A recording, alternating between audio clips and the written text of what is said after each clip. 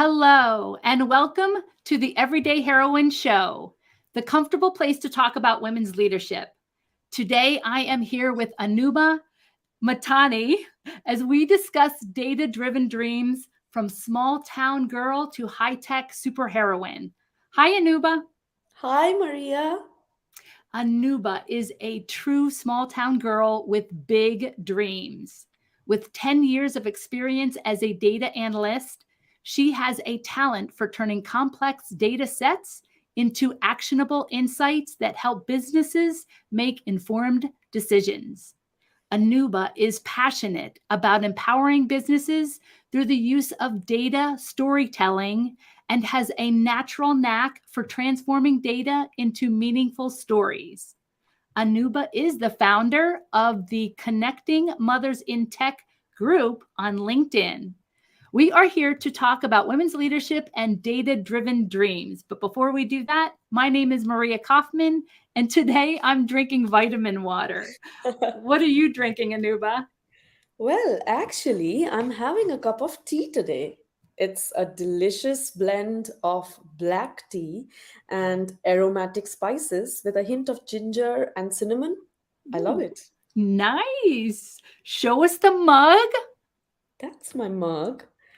It's all I mirrored, but it says gorgeous girlfriend. It's actually gifted to me by one of my friends after she broke a cup of mine. So, yeah, very love lot of memories with this one. Of like a true girlfriend would, right? Oh, that's course. awesome. Of course, I love it. So tell me about yourself. What are some of your early signs of genius? What do you remember in life? Maybe anything that could have gotten you on the tech track. Well, my journey began in a very small town in India. I was born into a very modest family, and my parents actually worked very hard. My mom was always a housewife, and my dad had a very ordinary job. But both of them worked very hard into providing me like with the best education and best access to the education world to their best possibilities, to be honest. So I remember as a child I was always very inquisitive, very curious, and always asking a lot of questions. And my parents always encouraged me in my natural curiosity. And I so because I was born into a very modest family with humble beginnings, my parents like didn't care about the financial constraints, but they were always very sure about one thing, that they have to provide. So I we are two sisters. They have to provide both the girls with the best education. So I went to a convent school in the small town, which was not very cheap at that, if I Oh, may say. okay. But uh, my parents somehow managed to send me there, and I think that literally found the foundation for me, the right education, the right teachers, mentors, and I believe like in the power of mentorship. So I would say, like, I was, as a student, I was very laborious, very studious, very good in maths, always a teacher's pet, all Nice. the math teachers. Nice. So I also remember helping a lot of my friends, like school, like class students, in solving a lot of maths problems. And I used to get like a lot of, like, I think I used to score very well in maths. So I think that's when I kind of knew, and my mom and dad knew that she's gonna take maths and science as the main subjects when she goes into the main years of college. So I think that kind of started my my attraction towards science and maths. So I guess like I took maths and science in my major years, scored very well, and then I gave my you have to give like competitive exams to go into to do like engineering. Okay. So I remember not doing well in one of the main uh, main exams. But so I was very, very heartbroken with that because I expected so much out of me. I was like, oh, okay, I've been such a good student. Why couldn't I crack the competitive exam? But then again, family stood behind me and they were like, don't look at failures. Like just keep moving ahead. Just keep moving ahead. Nice. So yeah, so I appeared for a few more for few more exams, and I got into the electronics and telecommunications engineering. I did engineering Ooh. there, so nothing was set in stone there. I kind of, like things. I started pivoting to technology somehow. Like after graduating from, uh, after completing my graduation in electronics and telecommunication, I got a campus placement. So in India, like the in your last year of engineering, uh, the companies would come to your colleges and they would have some they would hold some exams, like like all the competitive exams with like all the logical reasoning and stuff, and that's how you get selected for further interviews. So I got selected like for two interviews like that, and then I was actually got a job before I finished my engineering. So that Oh, was, okay. Well, hold on a minute. So, way back when you're first getting into school, and would you say that you're going to a private school because was that what it yes, can? Okay, so it yes, was a that's what private it's called. Yeah. school, Yeah. and that's how you started out with this private school? Was it okay? So, you're the go to person for math. So, clearly, you're standing out. What do you remember as far as your social networks then? So, like obviously people come to you for math. Was there other things that were positive, negatives? What was English like for you? What were some of your what was it like playing on the playground? What was more your social pieces? I would say like social pieces. I was always very fond of dramatics. I was very good with talking, and Huh. till now I would say like I'm very good with. I'm likable. People like I'm everyone's friend. Like I think people like me Yeah. because I'm very social. Like I got that from my mother and father. Like they're very social themselves. Social as in not like they would not hold parties, but they were very empathetic and very welcoming. And Uh, that's a quality which I've carried on as well. So I think I was very approachable in school. so From everybody knew school, you. yes, Yeah. everybody knew me, and they were not afraid as in that's not the right word, but Well, they I was going to ask because sometimes the smart person or that exactly.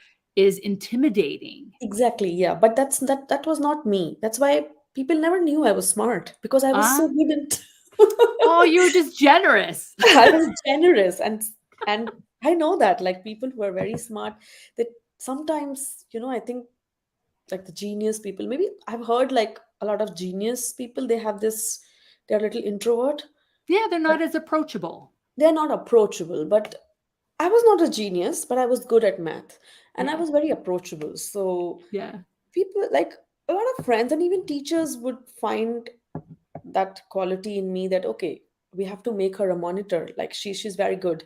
She's very good with people. And yeah, till date, I feel like I'm very good with people. I like yeah, talking. yeah, I like connecting with people. I like making friends.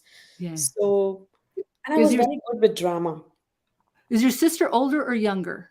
Older. Okay, She's five older years sisters. older to me. Okay, Yes. so she paved the way a little bit, so that's nice to have a Yes. big sister that can pave the way. Yes. And you like did you say you like drama? I loved drama. I loved acting. And I still remember when I think I was in my fifth or sixth grade. And my first, I'm very bad at singing, to be honest. Like, Oh, but I okay. always wanted to sing. And I would always used to go and we used to have these annual functions where, you would have like dramas and then skits and then some songs, like every class would perform something. And I always wanted to sing, and I would go in front of my teacher and I would just start singing. And my teacher was like, no, no, no. But Oh, what she used to make me, what she did, she used to put me in the line, but she used to ask me not to open my mouth. Just be a oh, mime. oh. But at least she encouraged me to. She didn't reject me. She was like, okay, Oh, let her stand there. So I would oh, just stand like this, and then I would just, oh. Rudolph the red-nosed reindeer. But just keep miming. So, and I So you're remember happy, she's happy, yeah, of everyone's course. happy. I actually loved that about her, that she didn't Yeah, reject me. yeah, She, of course, she didn't want a bad name, so she just right. put me there and she asked me not to sing, not to utter a word. And I was very fond of a drama. And I remember I made such a big deal of my first skit. And you know what my role was? Tell me. I was a tree. What? You were a tree. That's I was awesome. a tree. And then I went home and I told my mom, do you know the best thing happened to me today? And she was like, what? And I'm like, I got a role. She was like, oh my God, I'm so excited for you. And then she was like, yes, now you can come to the function and see me perform. And then she was like, Oh, okay, yeah, of course. And then my mom and dad both came, and like everything went as normal. But then we went home, like after the function, they asked me, Anuba, I could not see you, where were you? Because I they didn't didn't even tell her. see. I Oh didn't no. tell her that I was a tree. And then I was telling her, Mama, did you not see me? I was standing there. I was a tree. And then she laughed so much. I was like, how did You, I? Mama, that was difficult. I was standing there, well, not you talking. did so good. So that You was did my so first. well.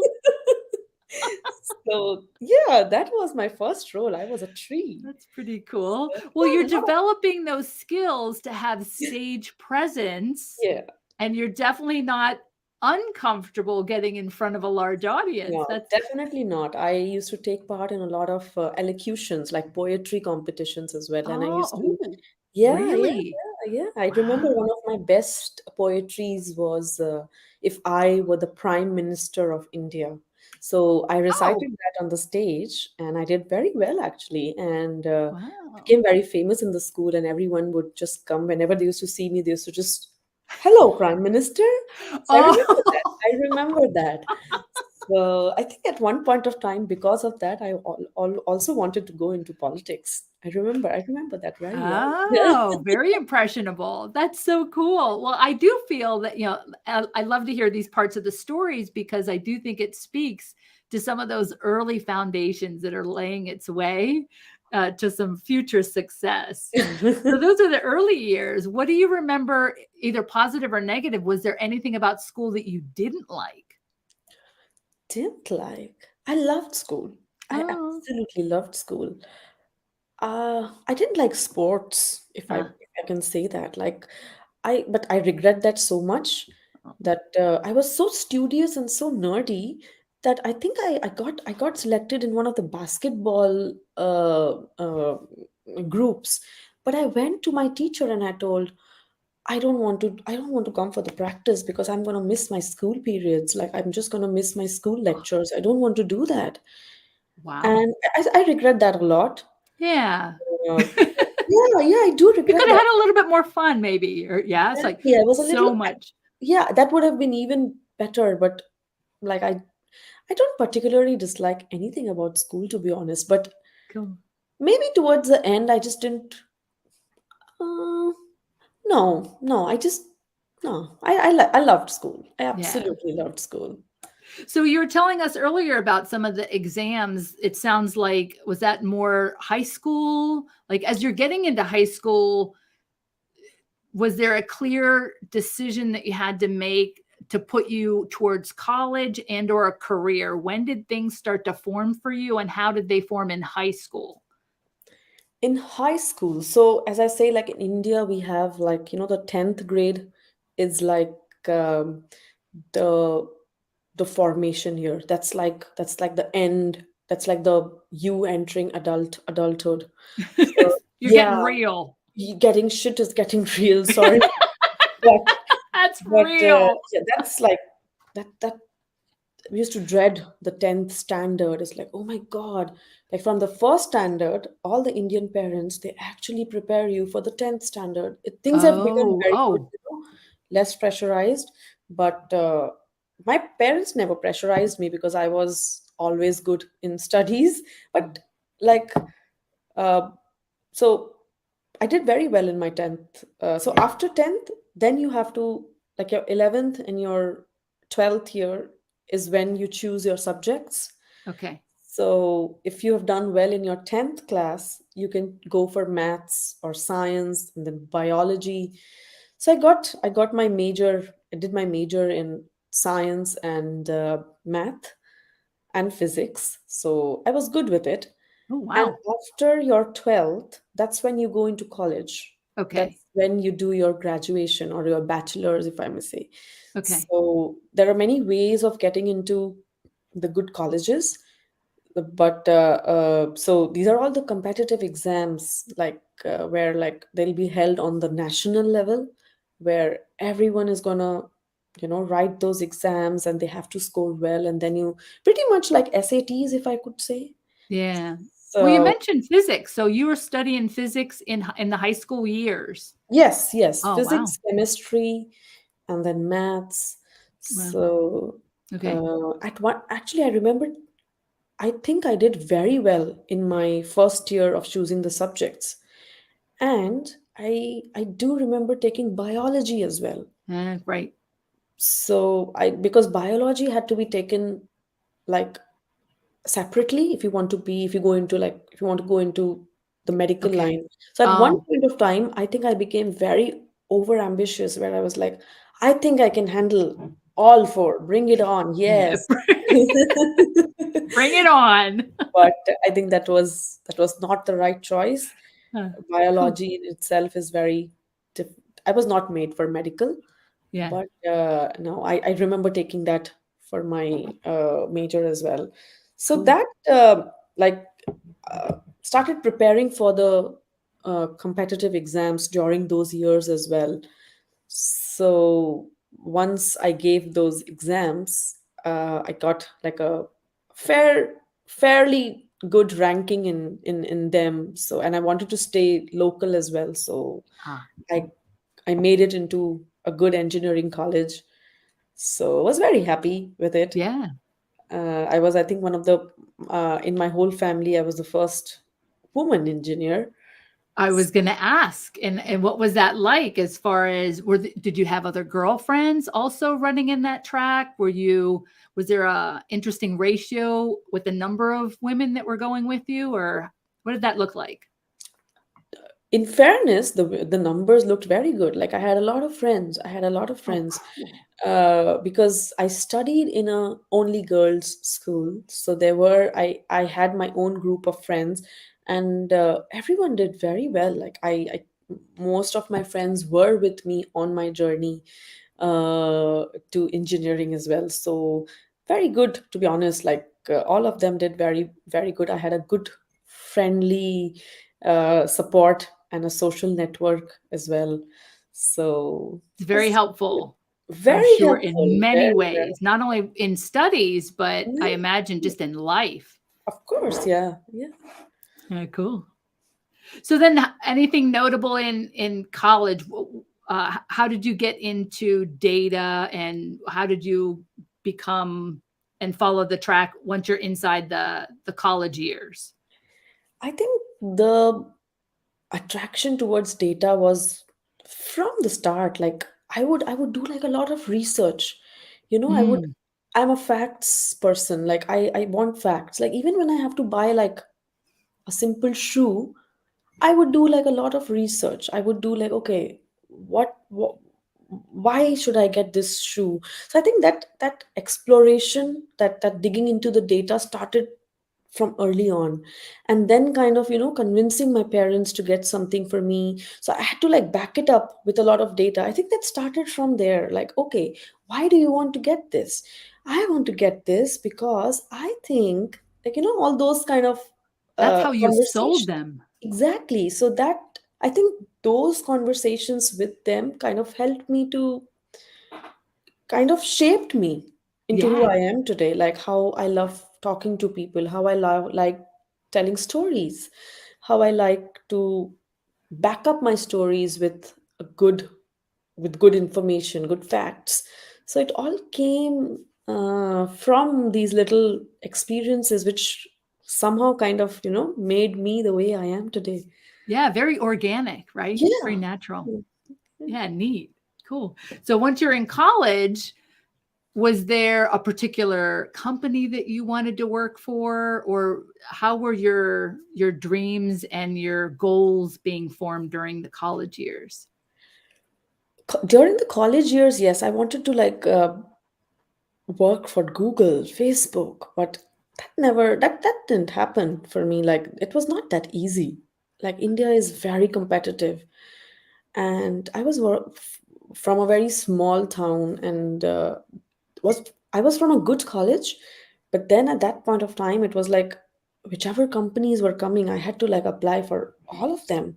So I remember I was good in college as well. Like I was good in my engineering days as well. I was very good with studies, and I was very good, very well spoken. Like I always had like a good hold over English, and all thanks to my mom and dad that they put me in an English speaking school. It was a convent. It was a convent school, and where like the first language would be English. It would not be the regional languages. So I think that's how I got a good hold, all like with English. I was very good with talking to people, explaining things. Good hold of English language, and so I appeared for these exams, like for the exams for these companies, and I got selected. And was kind of sad to see like some of my very good friends not being Oh, selected. So one of my very good friends, actually, I still remember, like they used to put us in different rooms, and all the ones who are, passing through the different levels, they would be put in one room, and whoever has not cleared the levels, they would be like, okay, so now you can leave from there. So I remember like saying bye to a lot of my friends, which I just felt that I just felt so guilty. Like I was not happy. I still remember oh, that feeling, I was like, oh God, why? oh. Well, it's Yeah, kind of like a grieving because, right? Because it's community and it's those exactly. relationships. So I guess you don't feel that until you understand when it's missing. Yeah, yeah, so true. Oh, oh. That is true. I look back too, but it's been once I got into my career, Yeah, it was everyone was following their own different paths, exactly. and I didn't realize how much that like I missed that and needed that because until probably decades later.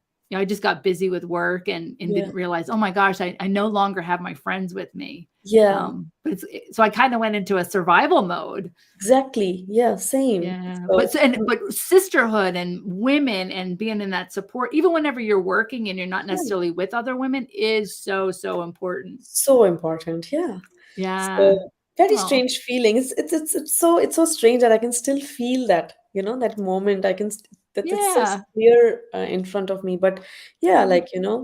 everyone's destiny is like they're happy wherever they are, but at that point of time, you don't realize what's ahead of us. Unfolding. Yeah, right. Yeah. Yeah. Interesting. So, so what was work like then? So you're getting through college. What was your social interactions at college first before we move on after college? Were you still doing any drama? Were you getting into were you playing a tree on the stage anymore? Like what was your social life like? So no drama in school. Had a big circle of friends. Like a lot of parties, lot of movie times, lot of studying. A lot of studying together nights. So it was amazing. Like in the small town where I'm from, like the the night ins at someone's house during exam time, Oh and yeah. the study together periods. It was really nice. I remember like actually studying over calls as well, over phone calls, like just trying to Oh, like I was so amazed to see, because my so I studied in a girls only school, and then this equation where girls and boys was studying together, that was very new to me. And another thing was like how the friendships changed as well, like the relationships, like how friends are so important. Oh Like yeah.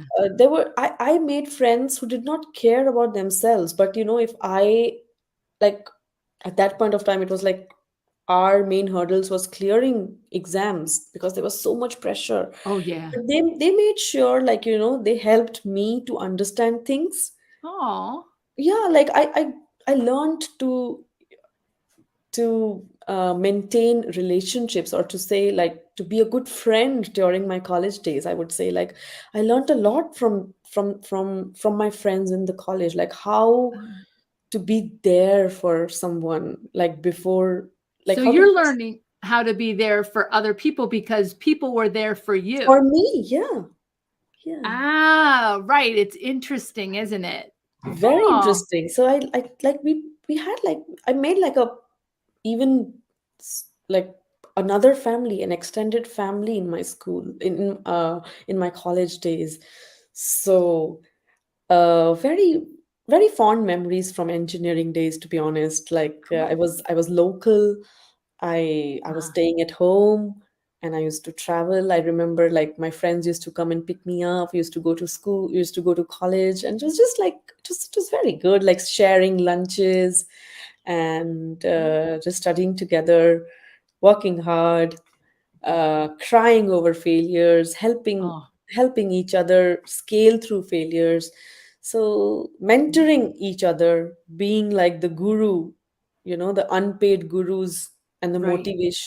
motivational or inspirational leaders sometimes for for each Right. other. Yeah, like very, very determined. We're all getting through this by Yes, golly, come whatever challenge may come with to us, we're all going to make it we'll through do somehow. it.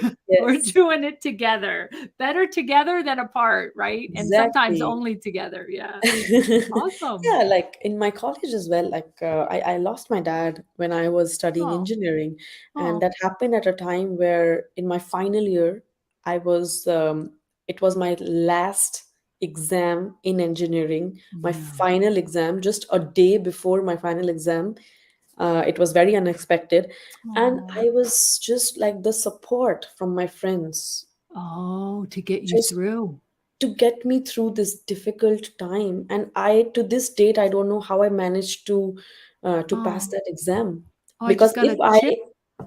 if Yeah. I had failed through that exam, I would not have got my job, because it's all conditional, that you Oh, have to oh, get I like see. a So you had like it was a tough time. The very timing was tough. terrible. Timing was Oh, terrible. but Like, you had to push through. I had Oh, to, like, my like, my oh, my friends, and it was all my friends, because my mom was not there. Of yeah, course, like, she was yeah, in her own, yeah, she was grieving. of She course. needed that support. But for me, like, my friends were like the pillars. They just helped me Oh, scale through this difficult time. oh, And I still don't know how I wrote my my paper that day. So, like, I oh, remember them just taking me to the examination hall and talking to the invigilators, and telling them, like, this is what has happened to her. Please look after her. oh, And oh, wow. yeah. Like in a broad scale, they Yes, just really helped. Oh, yeah, yeah. oh, So, that's oh, a sweet. great deal to them. So it's Yeah. very important to, like, people, like, that's why in every phase of my life, have I've been lucky to experience the good and the miraculous aspect of forming relationships. So Oh, they've helped me a lot. that's well said. Yes. Yeah, because sometimes those precious friendships are Yes, real miracles. exactly. You You just enjoy have them to, so much, you might not, like, call them that, so yeah. that yeah, that is really sweet to for you to call it out as it is, a true miracle. Awesome. So then you get into the real world, you get a Yes. job, what was that like? So that was difficult. Like, I had to leave my small town and go into a big city, leave my mother behind, Oh, and especially after my dad's my passing. dad. So very difficult to change cities. But then again, I had my group of friends who were selected for the company. So I again had like a community. It was daunting. Yeah. That was my start. That was my, I think, the first step into the corporate world. So very daunting, to be honest. Uh, a Yeah. lot of what I should say, like uh, different experiences there, like people Yeah. in suits. You know, Right? you Uh, suddenly have to like have that poise, and then you have to be like all well dressed, and then you have to be an adult now. yeah, all of the things. Yes, like go. You're on your own now. So, managing everything on your own, staying away, cooking for yourself. So it was a very different experience, but that's Mm. what teaches you so much as well. Yeah. It was, and the work culture in India, like it's a little different from the European culture. So it's a little intense.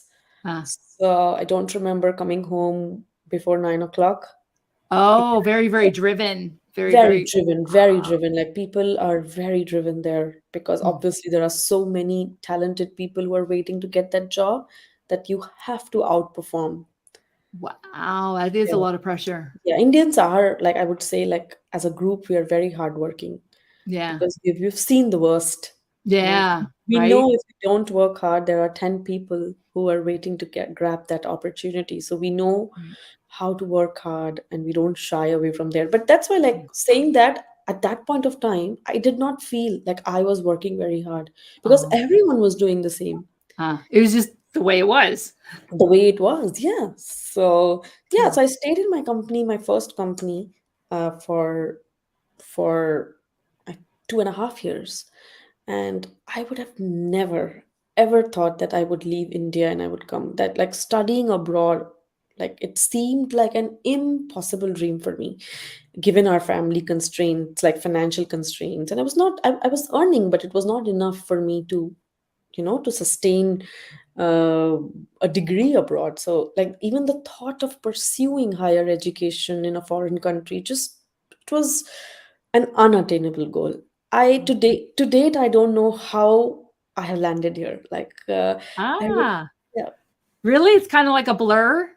it's it's magical. It's not even blur. It's like it's Ah. magic. Like, there were Oh, well, tell us. Like, it sounds like things had to have lined up then.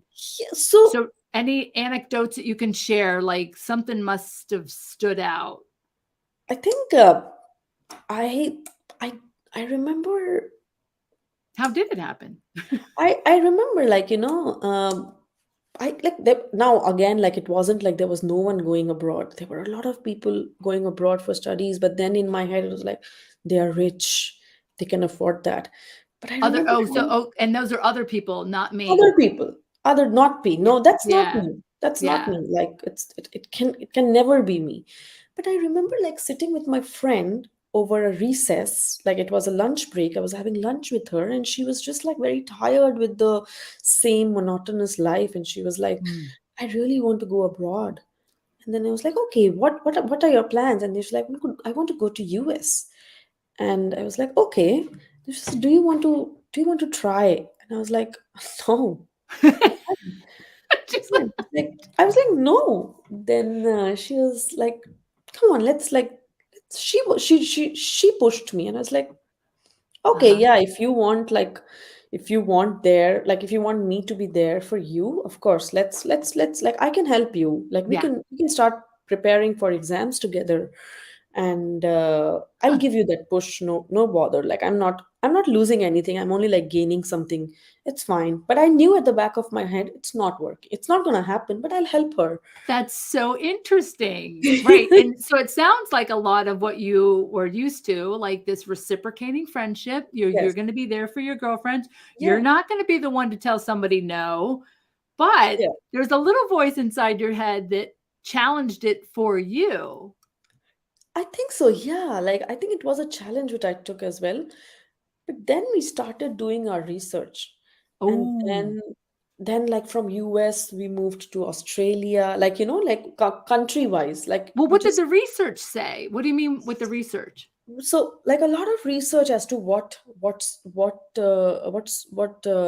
courses we want to take, and we knew Oh, like we wanted to do data analytics. okay. And then but then like it was just very expensive in the US. We just Oh, could not afford it. Then a lot of reading, a lot of googling, a lot of joining forums, online student forums, and getting all the details. And then we moved our research to Canada, where it was like, okay, you can go to Canada, get like a 1 year course, do a diploma, and the job opportunities are good. But even that didn't work out. Then we moved to Germany, where there was no tuition fees, so we were just, okay, yes, Germany is the country for us poor people.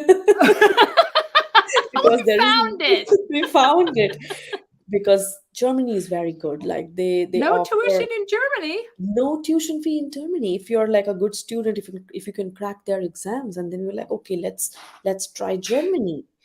You're like, ah, yeah. The exam But part's then the easy yes, part.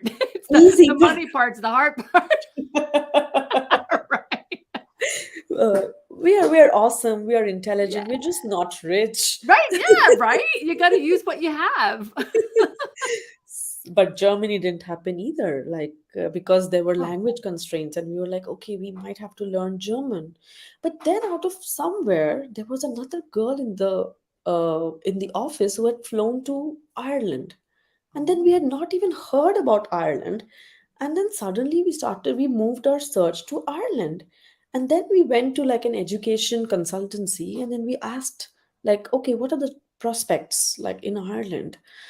And to our surprise, like it was everything which we wanted, like a very renowned university. And we had to appear for some exams, and which we did. And like and we got an offer letter from them, and I got a scholarship from like one of the renowned universities in Ireland. And then I was like, oops, how did this, that happen? yeah, this, wow. So tell me, how much time in between that conversation where your friend was like, oh, I want to go abroad, till the letter comes from Ireland? I think I think it was very quick. I think in a matter of 3 or 4 months. Ooh. Yes, yes, Wow. So when you start thinking, okay, and this is how it goes. So you start thinking, you do some research, you get into the data, yeah, it drives some action. Next yeah. thing you know, you have a letter in the mail and you're going to Ireland. I was like, how is this even possible? Like, I think it was just so magical, and it was like as if the whole universe is planning that. Yeah. And you will be surprised to know that the friend who actually drove me to pushed me towards taking this step, she had to skip she had to sit out of this decision. She had No, to pull out because of some personal reasons, and it was just me. It was like no. when I Wait. started the journey, it was me helping her out, but it actually she was helping me this whole way. Like, Oh my yes, gosh. This is so much fun. it was like Talk about it's miracles and yes, like to me, this holy was my cow. miracle. But even when I had the offer letter in my hand, I never thought I'm gonna take it up. I Oh, never, really? because even with the financial aid, I never thought that I might be able to go abroad. But then I spoke to my mom. I told her like this Oh, is what it is, and my mom was like, "Do you want to go?" And I was oh, like, "Can I? Do you think?" And then she was like, "Of course. Like, go for it. Just do it. Like, I am there for you. Like, we aw. uh, so I think that pillar, that rock, my mom, my sister, and my brother-in-law, they provided me with this unwavering, this support, which Nice. which kind of propelled me towards, taking that step. And so, like, you know, I would just say, like, life Yeah. has a way of surprising us. And in my case, it was through like a series of serendipitous events that transformed my dream into a reality. And I'm here today, like in Ireland. been 10 years. 10 years in Ireland, 10 years really? in Ireland. Wow, that's so awesome. So I have a few questions. Yes. Okay. So when did you start getting exposure to tech? And how did tech and high tech navigate you through or inspire you or affect you, influence you through this whole career journey? So I think tech, I started my journey like any other aspiring techie. I was one among the many who were always fascinated by the magic of tech. So that started off, I think, when I stepped into engineering. Ah, And when I moved to Ireland, I did my master's in business analytics, and that I always wanted to combine this techno business and then kind of work into the in the industry. That urge of working in a very dynamic industry, and with solving problems and talking to people, helping them solve problems through technology. That was the driving force. So after uh, my master's in business analytics, like it was very different. Like everything was different here in Ireland, like the culture, the people, the accent, the yeah, yeah, I know, language, right? the I the love it. studies, everything was different. Yeah. Like the food, Uh-huh. the weather, everything. All But then right. again, the community helps you. Like again, like Oh, I've never, like, I think I'm blessed to be always surrounded by friends in every stage of life. So like again, I was again surrounded by friends here and kind of scaled through. But mm, however, like after my masters, I got a job on the graduate program and on in Vodafone in Ireland. And like I was just exposed to this new working culture, and then just this different people from different cultures, and then coming together, and then just trying to solve problems, getting to know about what the latest industry trends are. uh, And that's how I kind of built on my you know innate capability of that always the storytelling and that analytical and logical reasoning. So that helped me a lot. Like got a yeah, in these 10 years, got a chance to work with one like the very big companies and as a data analyst yeah. in technology. So So how was that forming? So you had this opportunity, yeah, obviously. Then once you get a master's degree, you kind of start to get a little specialized. yeah, So data analytics, obviously, but and I love data because I yeah, do believe that data tells a story. yeah, So tell us what you can about how that was forming for you, and maybe how that carved out a path that sounds like you were perfect to fit into this place where your love of math, a little bit of your maybe even your drama formings and some of these other aspects that make you uniquely you, like allow you to contribute to your career in such a very, yeah, very unique way. yeah. That's a good question, to be honest. Like, so I would say, like, when I started off, like started with, I would say, like, my journey started, like, proper journey, the specialized journey actually started in Ireland. I was given with like a host of new opportunities. And when I started on the graduate program, it was never specialized, but somehow I drifted towards data. Like I started looking for, I started solving problems in a way people never would have thought. I started explaining them things very easily Oh, because through that's what numbers. you do well. Yeah. So that's where, like, of course, like, because I had, uh, like, the qualifications there, but also I think my love of helping people and my ease, like the ease in which I can talk to people and relate to people, and my drama, all that helped me in creating stories. through numbers, and that's what businesses need. Like they just want people to tell them what's going on, like what's happening behind the numbers. They don't want to see, okay, the sales went down by 20%. They just want like a story that, okay, maybe is it seasonality, is there a particular, is there some offer going on, or is there something else at play? So I was very good with it, and that's when I started getting like a lot of recognition in work, like, okay, Huh. uh, that's bang on, like, we love that about you. Can you present this, can you go to this meeting? And that's how I think I started getting this appreciation and acknowledgement in my workplace, and I started working specifically in data roles, and I started carving my way as a data analyst.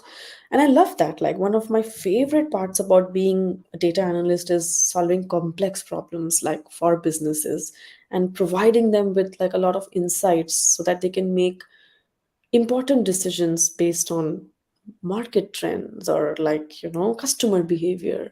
So I love that. Like, I love the opportunity to work with a lot of people across, like, cross functional teams, uh, working with like the best of minds in the industry, and you learn so much. It's like, I'm still learning, there's so much new happening.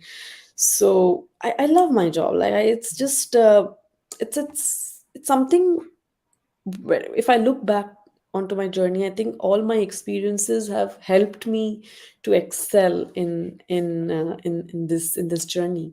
Oh, yeah. And when I hear you talk about it in this way, I can sense that the empowerment part and Yeah, how important that must be for a business to have someone like you that can basically kind of bring that data alive yeah. in a powerful way. That's pretty neat. Yeah. And you smile about it. So it's like fun. It's like it's It work, is. obviously, If you but like it's something, it's fun. yeah. So, Yeah, very cool. So tell me a little bit about connecting mothers in tech. How did oh, that yeah. happen? Yeah. So, as I said, like, I have worked in the technology industry for like over a decade now.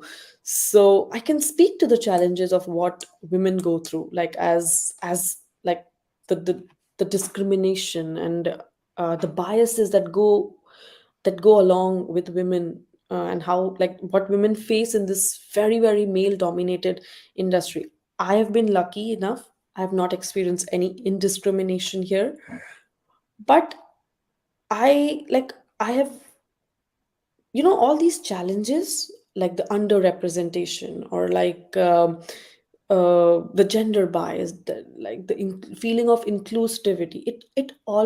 It just magnifies you when you become a mother.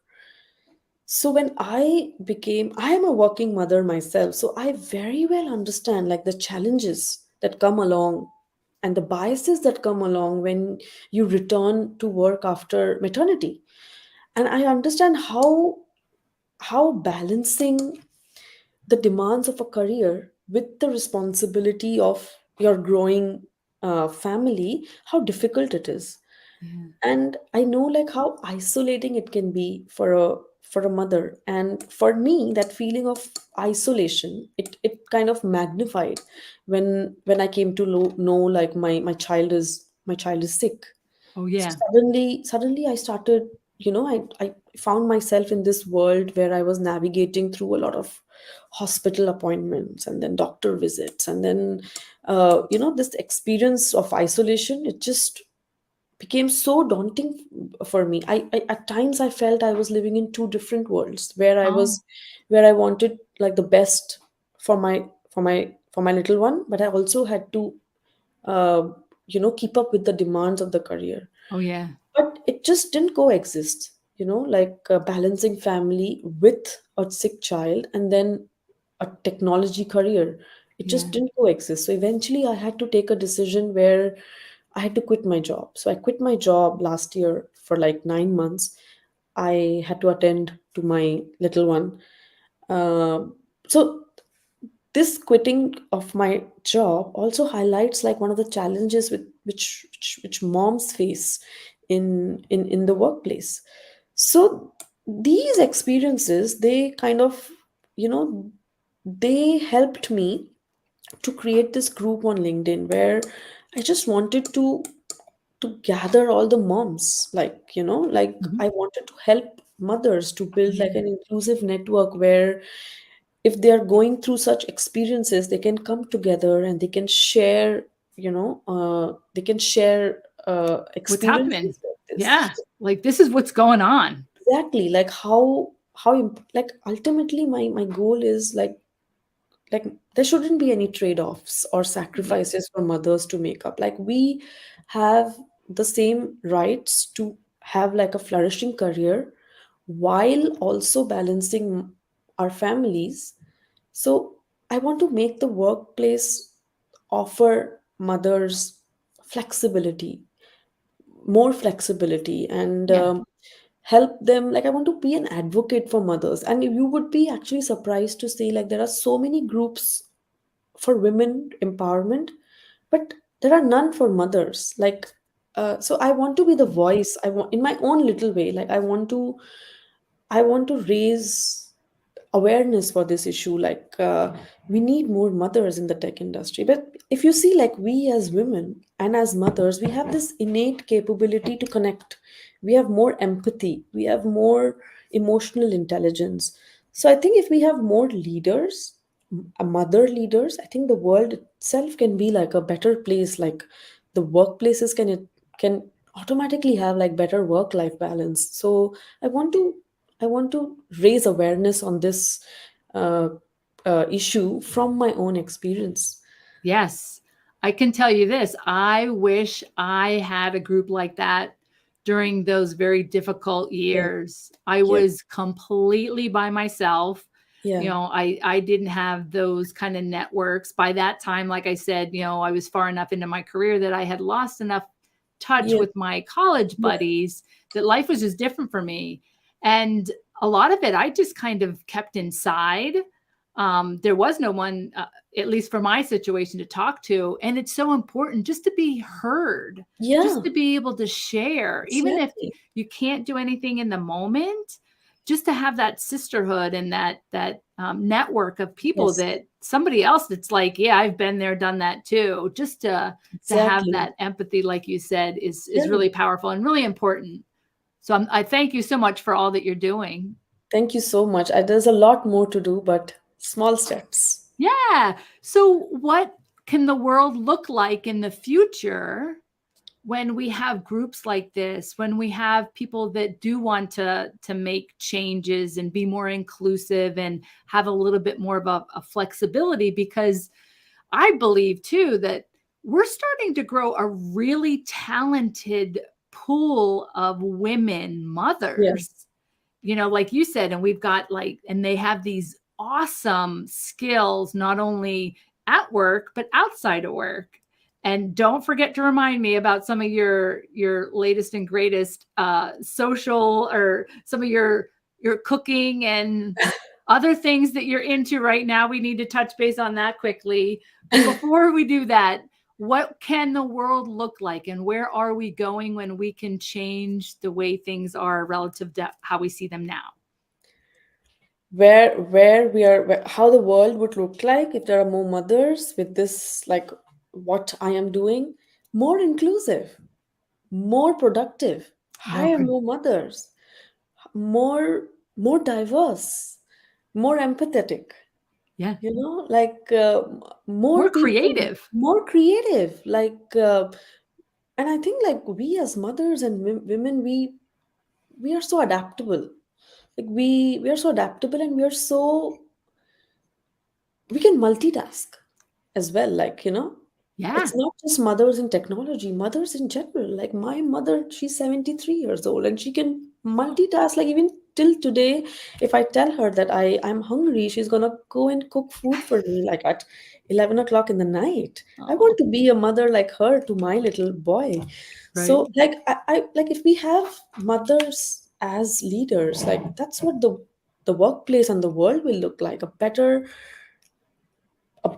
place to live in, with more empathy, more kindness, Yeah. more diversity, and more productive. Yeah, I agree. It was definitely at that time when I was getting into my motherhood, and I didn't realize it at the time. It kind of hit me later Yeah, how much stronger as an individual I became because I was bringing my motherhood into work and I was bringing work into my motherhood, and it yeah. really just Did raised the not. bar as Yeah, far as what I knew I was capable of. And I was right. like, wow, Yeah, we need more of this, like, right, that exactly. it's an advocacy for keeping our mothers and being able to adapt and flex with them because Yeah. we want to keep them in both Yes. spaces. Yeah. Of course, Yeah. like even like when I joined when I created this group, I got like so many messages from girls, and they're like, "I'm not a mother, I'm not married." I'm like, Oh. that doesn't matter. You just have to be part of the revolution because you would be a mother, or if you don't want to be a mother, you would be a woman working where there will be mothers, and you should be aware of these challenges. Like, if you know Ooh. of the challenges, you might be able to create a better world for them. Oh, So nice. So it's so inclusive, like everyone's invited. everyone is invited. Like I have so many male allies in my group. Like Oh, nice. Because yeah, because we all learn yeah, from from everyone. exactly. Like, and to be honest, like it's not just for working moms, it's for working parents. Like I want to work.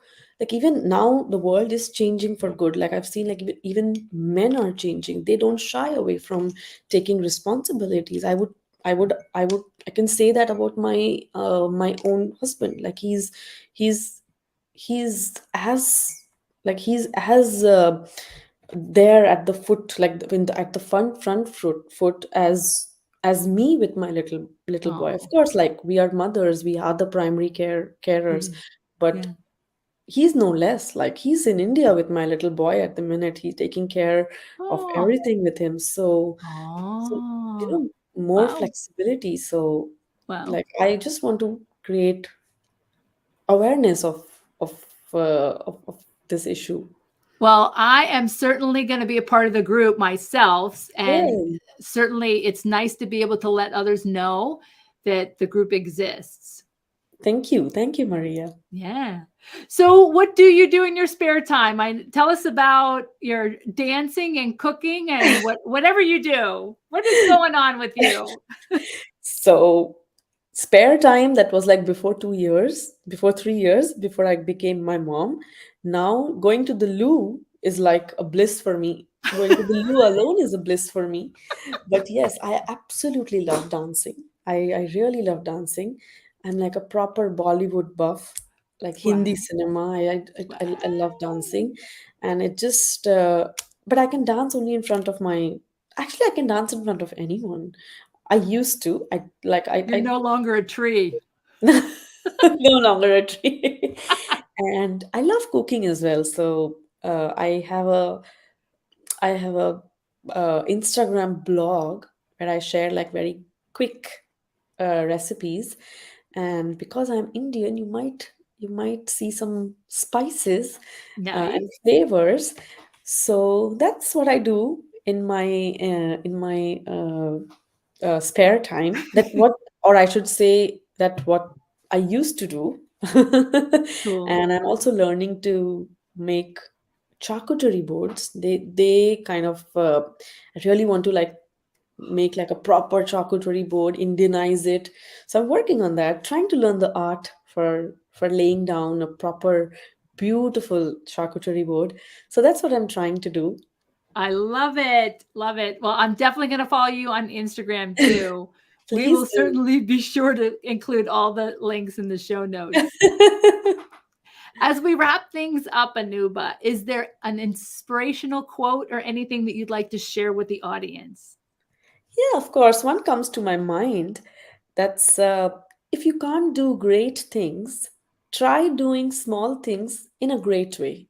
So that quote really resonates with me because I am on this journey, but I'm not yet doing monumental things, but I'm on the right path. I'm trying to take small steps and trying to make them unique and best in my own possible way, just walking towards the best things.